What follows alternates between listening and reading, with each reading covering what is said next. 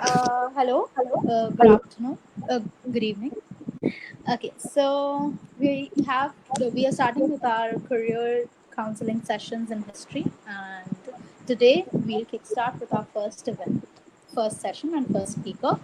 We have Aditi Bose here to inaugurate our sessions, and in lieu of the fact that it's Teachers' Day, we wanted to start the event the with a teacher of how on the process of how to crack net and how eventually to become a teacher. Aditi is teaching in Sri Shikshayatan College and also a visiting faculty in Mahaluni Viswavidyalaya. And I'll now hand it over to Aditi, who will give us a short Thank you introduction about for herself. yes. Thank you, Shafaq. For welcoming me here, and I hope I can provide some insight to the people who are looking forward to crack net, and on basically on how to teach, like in colleges and everything. So may I start, Shafaq? Yeah, yeah, of course. Or do you have some questions, or like, how would you? No, basically, do tell us about yourself. When did you pass your net, and how did you get Mhm. to be established in these colleges? Okay, so basically, I finished my post graduation around 3 years back. So after that, we have been preparing, for net. So I have had friends who managed to crack in the first year itself, and that kind of egged me on how to, crack and everything. So I managed to, to discuss, with friends. So I think one which really helps, basically, you have to have a very proper idea. So I would say, like, the ones who would actually sit for net for the first time, first is, to go and make a plan. So you have to basically strategize very well. It's not only about working hard, it's also about smart work. Okay. It's basically, I think, for net, ideally, you should keep a year free. And that is what, like, one of my former professors, from presidency, had actually told us that you should give, time, so that you can study and everything. So I'm going to say that firstly, regarding the first paper, there are like 10 topics, right? So ideally, and like there are 50 question comes each for 2 marks. Okay. So roughly, if you figure out, so from each section, 5 questions come. Okay. Now your target should be to score, or or to kind of score out of 100, 70 or 75, like above 75. Okay. So basically, if there are like 50 questions, normally 30 to 35 or even 40 questions should be right. You should answer those 40 questions right. Okay. So basically, out of the 10 topics, I'm going to tell you, see the syllabus, go through the syllabus very well. Like, and barring the comprehension unit, there are 9 left units, right? So out of those 9 units, choose any six. You don't have to choose all 9. Choose any six and concentrate on those six. And if you have time, to manage, then you can add on the rest to the 3 topics that are left. Okay. So go back and choose out of 10 any six, and then add the comprehension one. So total that makes it around 7 units. Okay. So if you like prepare those 7 units very well, there's a higher chance that you're going to crack LS, at least LS. Okay. If not JRF. If you manage to get 40 questions right, then there is a high chance that you might crack JRF. Okay. And regarding the subject, now regarding the subject, ideally, I'm going to tell you that you should read the textbooks. Since we have studied in a semester-based course, it was not always possible to go back and read the text like line by line. But I'm going to tell you, please go and make notes. Okay, like for ancient, please read Upinder, Ronovi Chakraborty, and for last minute reads, since net is just a matter of just days away, you can buy those books. Like if I did, you can buy a book by Truman. I mean, the publisher is, I mean, Truman, and also you can buy Arian's book. Like, these books are better for your last read, and the ones who can read Hindi books. So, like for Hindi books, I mean, for ancient, go check out Papu Singh Pratapat's book.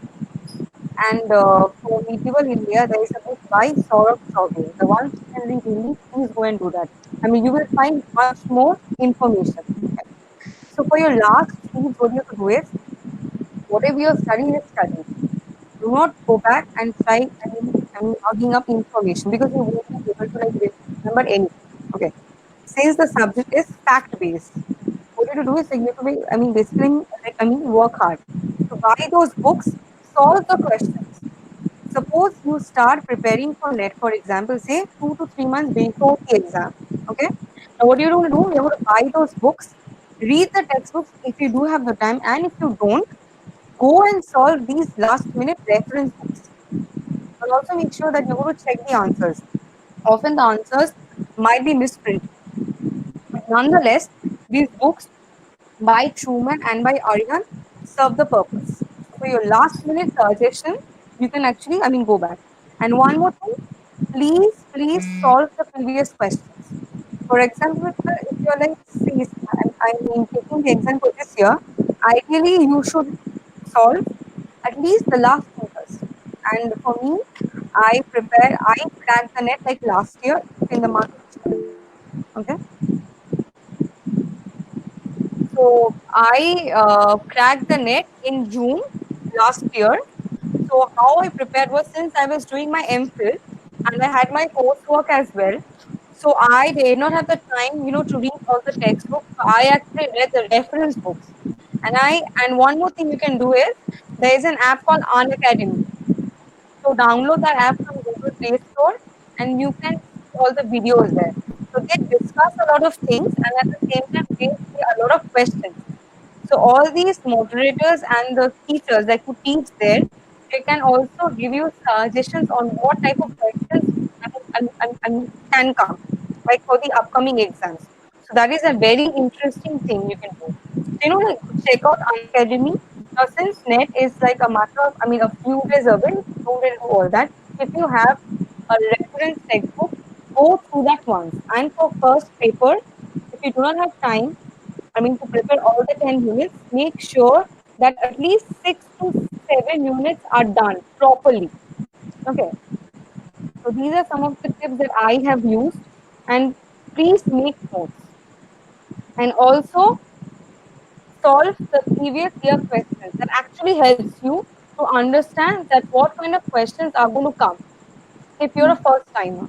Okay, so these are some of the like the basic tips I can give you. And also, if you want, I mean, you can, I mean, call me or text me or something. I can share some of the extra information if you want. So Khan Academy actually helps, and there are numerous apps on Google Play Store where you can go and play quizzes as well. Okay, but I think on Academy actually, I mean, helped me a lot. That's actually very helpful. Even I am giving it, and this time, and it's my first time, as you said. And net is just like 10 days away. And on an honest note, I forgot that I'd even registered for the exam up until they decided the date for the Decide exam. exam, yes. So it's like, So just get you the experience, Basically, I'm not going to lie to you. I sat for the net exam. I think already 3 times. Yes, I cracked net on my fourth attempt. Okay, oh, okay, because I okay, really want. Yes, so I think so. Just keep on trying. okay. Like, So, like, to walk through, like, could you explain the difference between an LSE and a JRF? okay. Like, how, So what do you mean by passing with an LSE and what do you mean by passing with a JRF? okay. So I'm going to start with JRF. JRF is like so. Suppose say, I mean, you have qualified here. Okay. So there are like two categories. So the higher categories, the higher marks is for JRF, which means Junior Research Fellow. And JRF comes handy like while you're doing your MPhil or your PhD. So you're going to get a scholarship. Okay, the ones who crack JRF and while they're doing the MPhil or their PhD, they get a scholarship from UGC. So which kind of like comes in handy because almost Indian universities they do not really provide a non-net assignment. Like almost all universities they don't. Okay. unless So like this a private scholarship university is like Ashoka. Yes. Yes, so say. this scholarship is only if you're trying to pursue your PhD and MPhil within India, right? Yes, I mean GRF. It's just for that, yes. Only And within India if you're within pursuing it. India, within India, within India, absolutely. And the LAC thing, so the second category is LAC, which means I mean you have actually qualified for lectureship. So if so basically, I mean if you have cracked LAC, I mean there's a higher chance that you can, like I teach in colleges, government as well as in private colleges initially as a guest faculty or as a visiting faculty. And then like if you like want to pursue teaching as your profession, if you want to become an assistant professor, so private universities they often they often offer vacancies. People who have qualified. They're all they're already qualified net or completed their PhD. And for the government colleges and the institutions, there are two exams. One is Public Service Commission (PSC) and one is College Service Commission. Okay. So the basic criteria is like you have to have 55% both as your masters as your UG level. And obviously, you have to crack either NET or SET, which is the state eligibility test. Okay. NET and SET are of the same category, but in SET we do not have JRF and LAC. So if you Oh, have qualified SET, which means that you are eligible to teach as well as you are eligible to pursue your research, your PhD or your MPhil degree. So these are the two basic things. okay. So, like, as far as I was searching, like, apart from teaching, Mhm. qualifying net also opens a number of other doors for you. Like, you can go for other public service works, Public Service and Commission, yes. yes. Yes, yes. So basically, if you have a background in history, you can go anywhere basically. Rather than teaching also. Yes, you can also, pursue, a BEd also. If you want, teach at schools.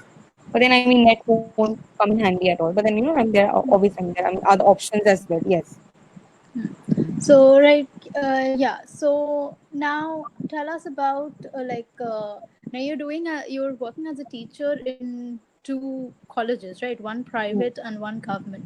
And So one what is the difference between working at a private university and working at a government university?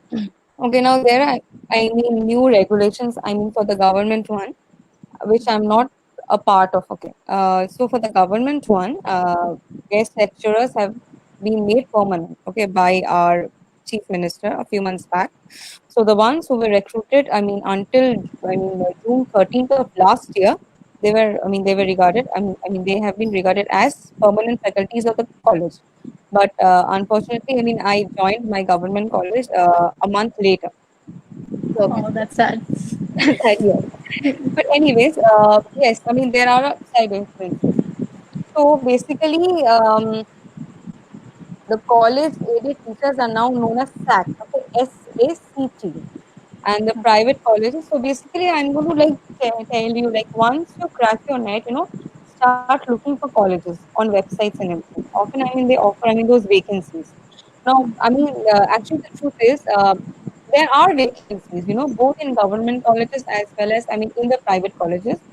But and recruitment happens in these institutions through CSC and PSC. Okay. After you crack it and then you Hmm. can also appear for those for those exams and for those interviews as well. But otherwise, that often there are private universities who also offer the lectureship deal as well. Okay.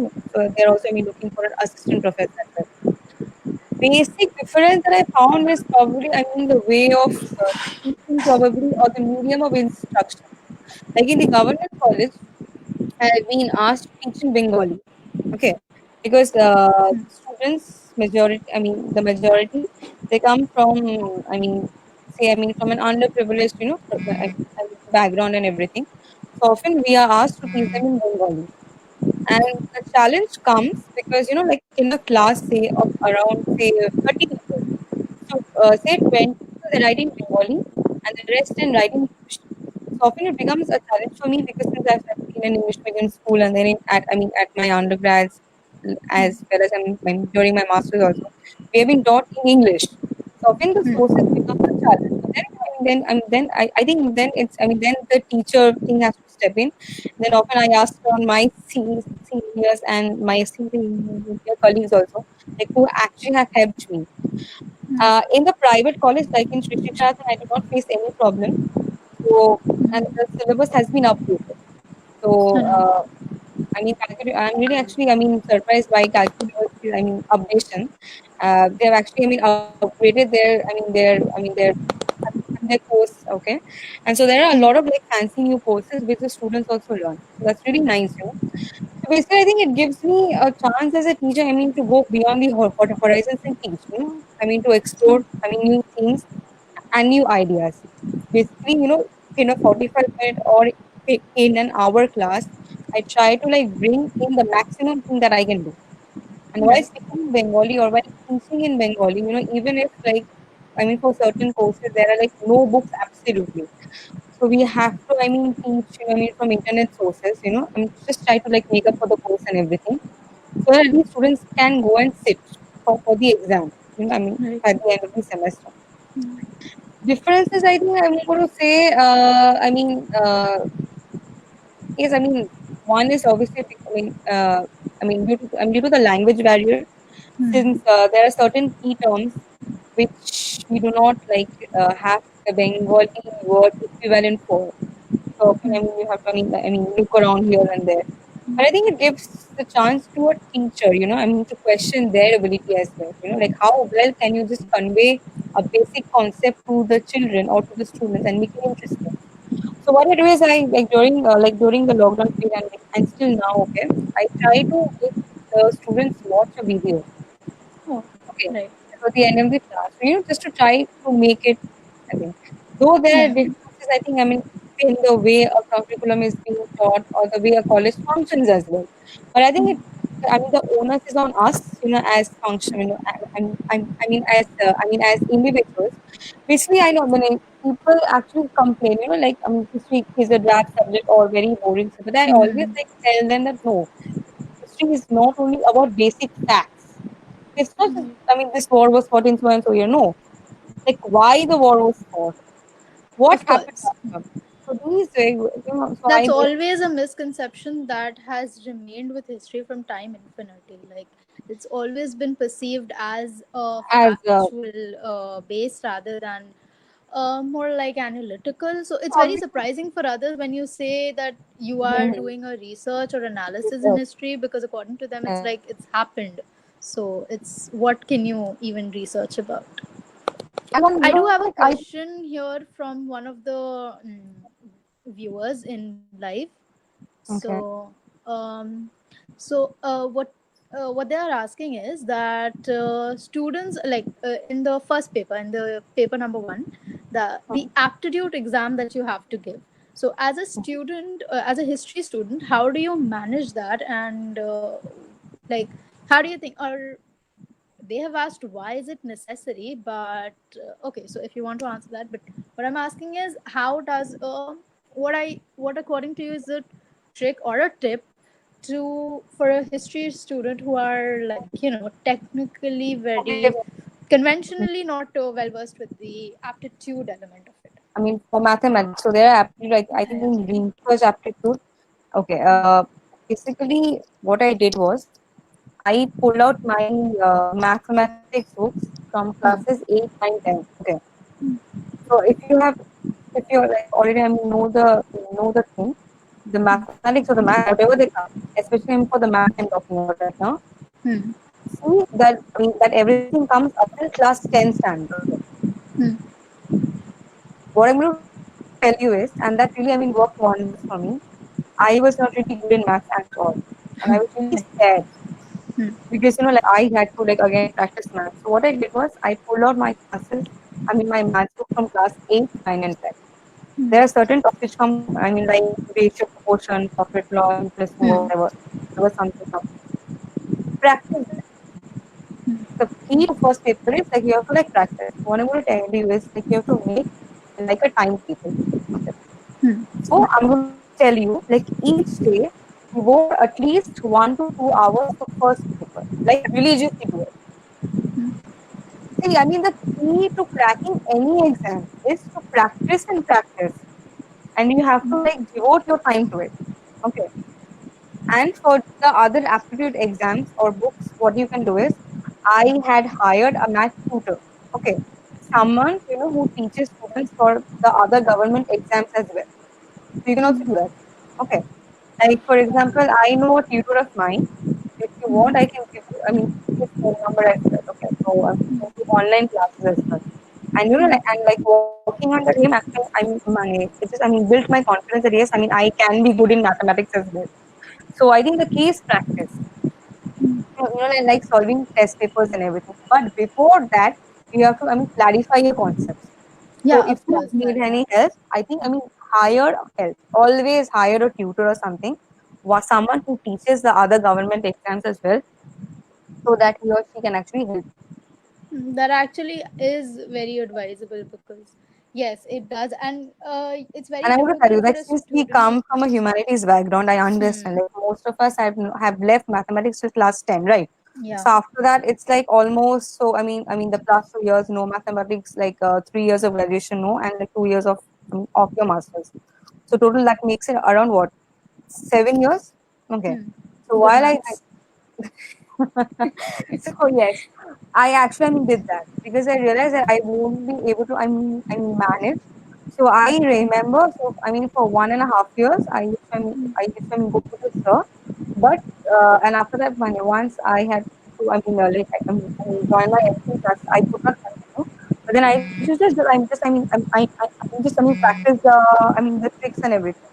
So if you think that you're not good in mathematics, do not try to do them alone, please. Hmm.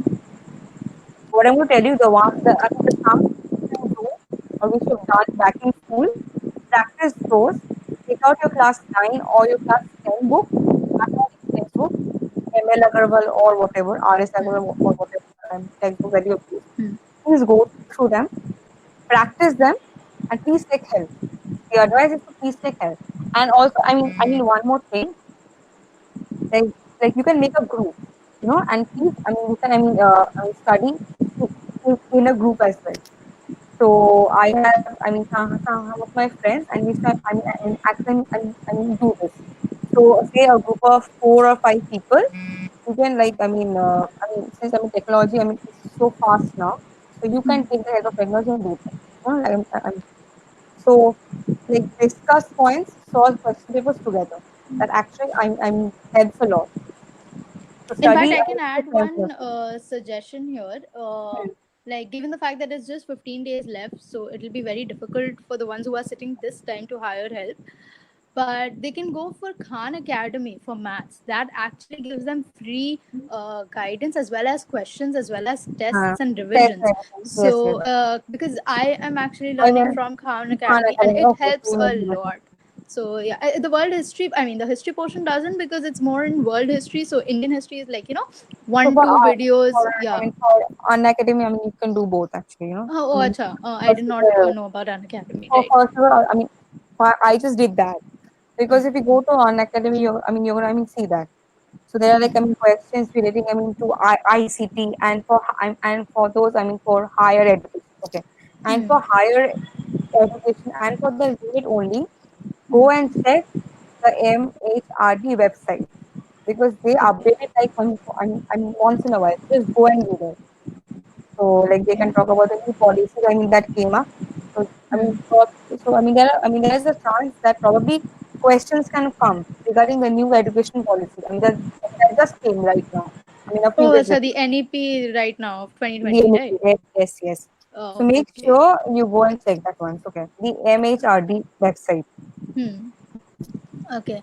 So, okay, I have another question from someone, and I guess we're coming to the close of our half an hour session. So, okay.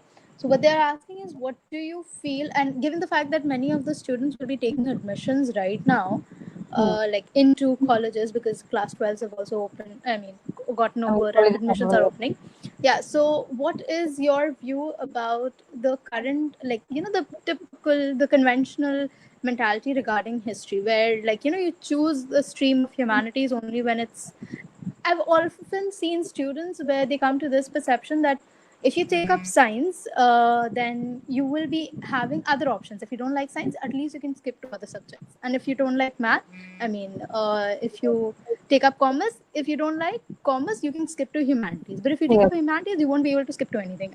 So, like, what is your like view about the Indian typically mentality about what a history stream can do? Yes, I think I face this question nowadays also. Like I have, friends, or relatives who have actually, like told me, to go an MBA. Just after my Hmm. master, and I told them that I'm actually, pursuing MPhil. So they always like to associate is like, oh, you're taking up history, so, or like, see, this problem, it goes like generations. Okay, Right. like if I give you an example, from my mother's side of the family, I am the only one who take up humanities. And Right. I've got three of my cousins, two of them are engineers, the third one is becoming an engineer, and the fourth one is, statistics. So, yes, I think I faced this question, and I think I still face this question. And people, they're like, oh, you're taking up history, so what are you going to do? Teach in a school or like teach in a college. And then I tell them that, like teach a school is nothing, less. I'm going to actually try to tell you this, like teaching in schools are actually, very hard. Are Of actually course. very hard. They're very hard. Yeah, I think the basic mentality has not changed. And I don't know, when it's going to change, honestly, like honestly. Or But if it yes, ever will. or forever it will, whatever. But my thing is that we need to like show these people like what we can do. And we are capable of doing everything. It's not about like whatever backgrounds we have. I think like people, like they choose history. Like some of them, they choose. Into going for the, for UPSC or something. So I don't think like people, have, various aims and everything. You know what? The basic idea of research when it comes to the social science subjects. I think people, because often the problem is what that not much funds are given. Hmm. You want Yeah. to see, that the science projects they get much more funding better. So that's also lacking, So I'm not gonna actually blame our family or our parents. I think the problem lies with those who have the power to make these changes and they don't. Because the Right. funds are in their hands, right? So the Hmm. government I and get you. I mean, that is very true. so they have the power to do so, but they don't. In Even fact, now, when one looks for scholarships, like you will mm, always see out of, let's say, out of that 100% of scholarship, 85% will be reserved for engineering and medical students. So it's like you don't have the avenue to pursue. yes, So of course, the lucrative aspect secretive of aspects are much less. the it gets killed in that I some mean, sense. even the UGC projects also, like if you, just have, a look at it. I think among the social science or from these subjects, I think economics still gets a better funding, But than economics is projects. still shifting towards MSc. Sometimes it's MSc, sometimes it's MA. Like some of the Yeah, so colleges that can't even thing is decide there. where to put it. Yes. So So I think, there should be, so I think, I think the individual colleges, I think they can encourage the students, of bringing back certain, projects, so that the students they have a first-hand knowledge.